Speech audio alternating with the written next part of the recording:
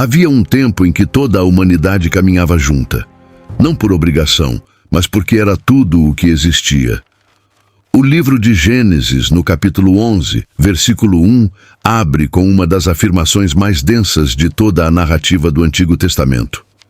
Era a terra toda de uma só língua e de uma só fala. Essa unidade não era apenas linguística, era cultural, relacional, existencial. Os descendentes de Noé carregavam a memória do dilúvio, a aliança do arco-íris e o peso de um recomeço sobre os ombros. E foi exatamente essa unidade que os moveu em direção ao Oriente. A planície de Sinear, para onde os povos migraram, não era um lugar qualquer.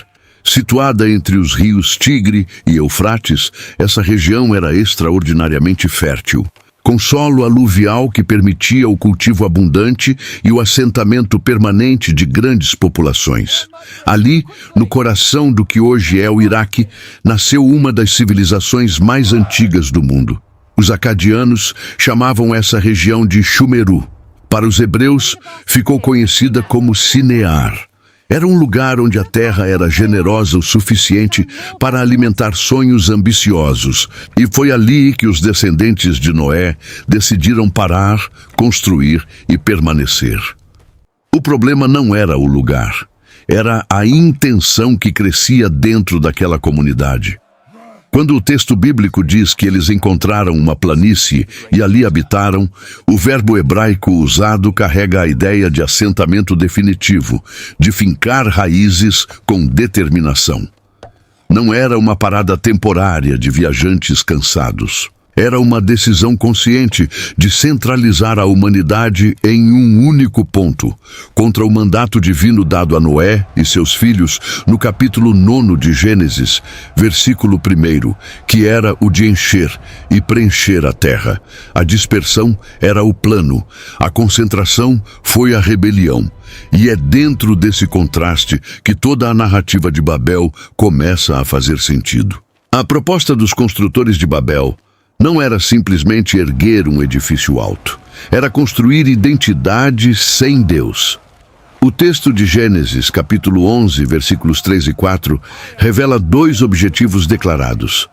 Uma cidade com uma torre que chegasse até os céus e um nome que os imortalizasse. Esses dois elementos precisam ser lidos juntos. A torre era o símbolo, o nome era a motivação. E por trás de ambos estava o mesmo impulso que esteve na origem de toda a ruptura humana com o divino, a busca por autonomia absoluta. Eles não queriam depender de nenhuma promessa, queriam garantir sua própria permanência.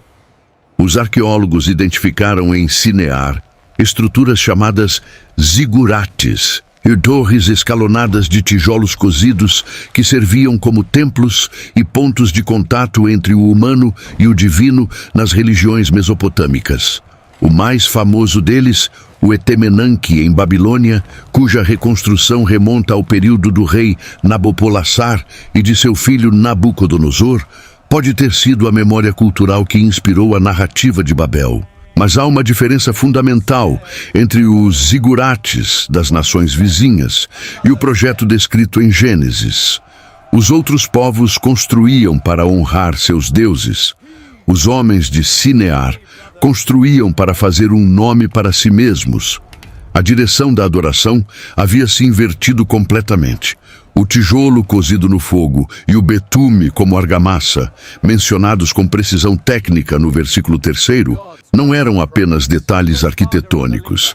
Eram um sinal de que essa geração havia desenvolvido tecnologia suficiente para acreditar que poderia prescindir de Deus.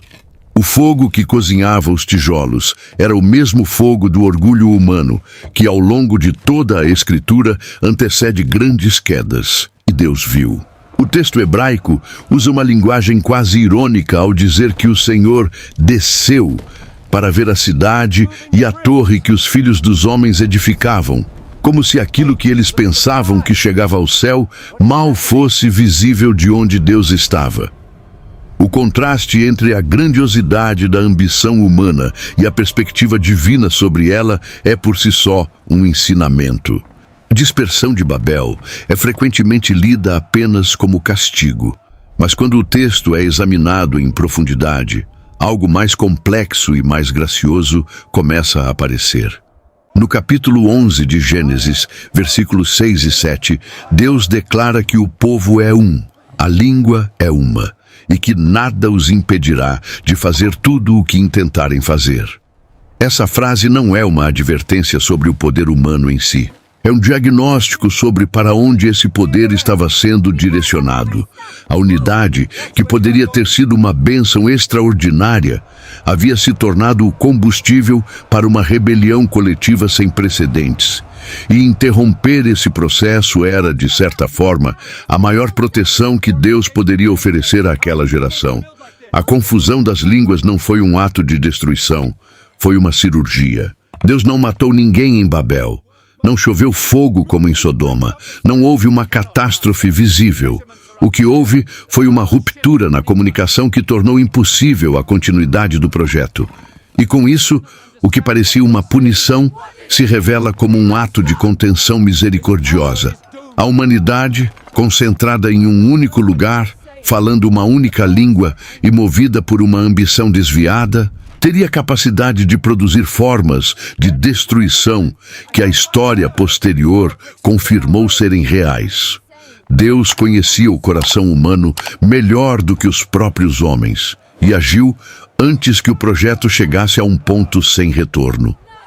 Há também uma camada teológica profunda nessa passagem que aponta para o futuro. A dispersão de Babel não é o fim da história da unidade humana. É o início de um longo caminho que atravessa o chamado de Abraão, a formação de Israel, e que encontra sua inversão dramática no dia de Pentecostes, descrito em Atos dos Apóstolos, capítulo 2. Ali, em Jerusalém, homens de toda a nação que estava debaixo do céu ouviram, cada um em sua própria língua, as maravilhas de Deus. O que Babel fragmentou, o Espírito Santo começou a restaurar. A dispersão não era o destino final, era o caminho. O capítulo 10 de Gênesis é um dos textos mais subestimados de toda a Bíblia. Lido de forma superficial, parece apenas uma lista interminável de nomes. Mas quando examinado com atenção, ele revela algo extraordinário, um mapa étnico, geográfico e histórico da humanidade após o dilúvio, escrito séculos antes que qualquer cartógrafo grego ou romano tentasse documentar os povos do mundo antigo. Os estudiosos chamam esse capítulo de Tábua das Nações, e ele lista 70 nomes que representam os ancestrais dos grandes grupos humanos que se espalharam pelo mundo conhecido. 70 não é um número aleatório na Escritura. Ele aparece repetidamente como símbolo de plenitude e totalidade. E aqui representa a completude da humanidade, derivada de 3 homens, Sem, Cam e Jafé, os 3 filhos de Noé. A estrutura do capítulo 10 segue uma organização geográfica que, quando sobreposta ao mapa do mundo antigo, produz resultados surpreendentemente precisos. Os filhos de Jafé, listados nos versículos 2 a 5, migraram em direção ao norte e ao oeste, para as regiões que hoje correspondem à Anatólia, à Grécia, às costas do Mar Negro e às planícies europeias. Gomer é associado aos Cimérios e, posteriormente, aos Celtas. Magog, aos povos das estepes do norte, possivelmente os Citas. Javã é a palavra hebraica para Jônia, região da Grécia Antiga, e seus filhos deram origem aos povos mediterrâneos ocidentais. Já os filhos de Cam, descritos nos versículos 6 a 20, moveram-se predominantemente para o sul e o sudoeste, Egito, Canaã, Etiópia e as regiões costeiras do norte da África e do Oriente Médio. E os filhos de Sem, de quem viria a linhagem de Abraão e posteriormente de Israel, estabeleceram-se nas regiões centrais da Mesopotâmia e da Península Arábica. O que torna esse mapa ainda mais impressionante é que ele foi escrito não como uma análise antropológica, mas como teologia. Cada nome carrega uma história. Cada linhagem aponta para um propósito. E no centro de toda essa dispersão, a narrativa bíblica não vê caos, vê providência. O Deus que confundiu as línguas em Babel é o mesmo Deus que no capítulo seguinte à Tábua das Nações chama Abrão de Ur dos Caldeus e promete que por meio de sua descendência todas as famílias da terra seriam abençoadas, conforme Gênesis capítulo 12, versículo 3. A dispersão plantou os povos. A promessa plantou a semente que um dia os reuniria. Cam, o segundo filho de Noé, tornou-se pai de 4 filhos, cujos descendentes moldaram algumas das civilizações mais poderosas da antiguidade. Cuxi, Misraim, Puti e Canaã são nomes que para o leitor moderno podem soar distantes. Mas por trás de cada um deles há impérios, culturas e geografias que ainda hoje influenciam o mundo. Cuxi é identificado com a região da Etiópia e do Sudão Antigo, território que os egípcios chamavam de Núbia. De Cuxi desceu Nimrod, descrito em Gênesis capítulo 10, versículos 8 a 12, como o primeiro grande guerreiro da terra, fundador de Babel, Ereque, Acade e Calné, na terra de Sinear, e posteriormente de Nínive e outras cidades na Assíria. Nimrod é uma figura que concentra em si o espírito de Babel, poder centralizado, expansão pela força e construção de cidades, como expressão de domínio humano. Misraim é a própria palavra hebraica para Egito, e seus descendentes formaram os povos do Nordeste africano e do delta do Nilo. Os luditas, os anamitas, os filisteus e os caftorim estão todos listados como filhos de Misraim, e os filisteus em particular aparecem ao longo de séculos de narrativa bíblica como um dos povos com quem Israel mais travou conflito. Puti é associado à Líbia e às regiões do norte africano a oeste do Egito, terras de pastores nômades e guerreiros que eventualmente interagiram com o mundo grego e romano.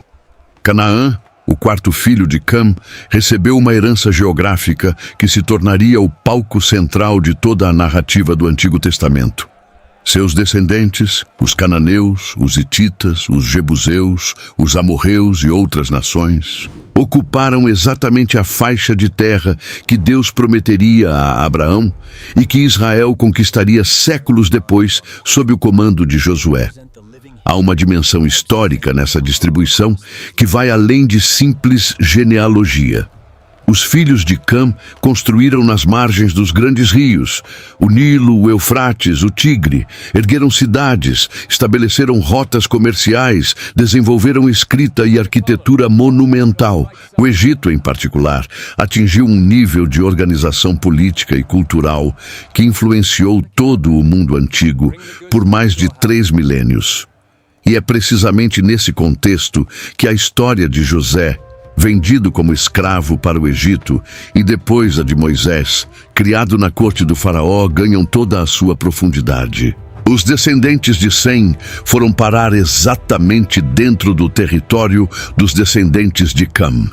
E ali, Deus teceu alguns dos capítulos mais dramáticos de toda a Escritura.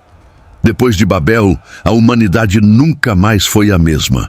Os povos se espalharam, as línguas se multiplicaram, as culturas se diversificaram de formas que ao longo dos séculos produziram tanto beleza quanto violência. Mas a narrativa bíblica nunca trata a dispersão como o capítulo final. Ela é, na verdade, o início de uma história muito maior. No momento em que os povos partem de Sinear em direção aos 4 cantos do mundo conhecido, Deus já está tecendo um plano que atravessaria gerações, continentes e séculos. A chamada de Abraão, registrada logo após a Tábua das Nações em Gênesis, capítulo 12, não é coincidência literária. É a resposta divina à fragmentação de Babel.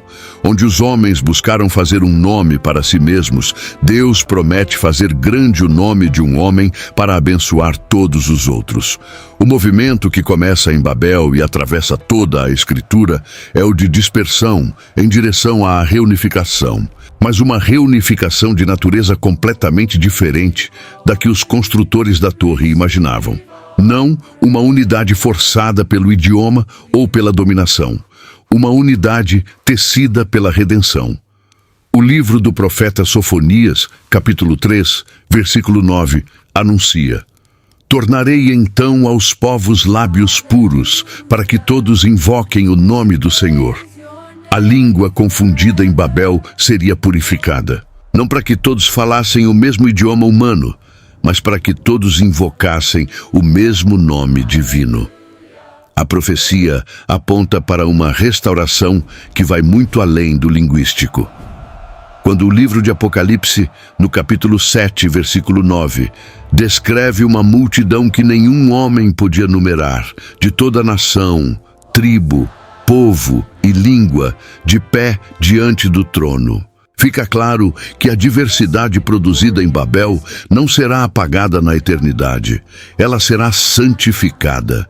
Cada povo que partiu de Sinear, cada língua que nasceu da confusão, cada cultura que floresceu nos cantos mais distantes da terra, chegará inteira à presença de Deus.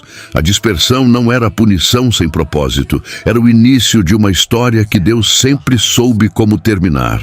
E o fim que ele preparou não é uma torre que chega ao céu. É um trono ao redor do qual toda a humanidade, em toda a sua riqueza e diversidade, se dobra e adora. Babel não foi o fim de nada. Foi o começo de tudo. Cada povo que partiu daquela planície carregava, sem saber, um fragmento de uma história que só faz sentido quando vista por completo. Os filhos de Jafé que caminharam para o norte, os descendentes de Cam que ergueram impérios às margens do Nilo, os filhos de Sem que guardaram a linhagem de onde viria a redenção do mundo, todos eles eram peças de um mosaico que mãos humanas jamais poderiam ter planejado. A língua que foi confundida em Sinear, um dia será reunida não por uma torre, mas por um nome, o único nome que tem poder de atravessar todos os idiomas, todas as culturas e todos os séculos, sem perder nenhuma sílaba do seu significado. Se este vídeo te fez enxergar a Bíblia com olhos novos, se você sentiu que por trás dessas genealogias e migrações há uma inteligência e um amor que superam qualquer compreensão humana, então este canal foi feito para você. Inscreva-se agora, ative o sininho, porque toda semana a palavra de Deus vai ganhar uma camada a mais de profundidade aqui, e você não vai querer perder nenhuma delas.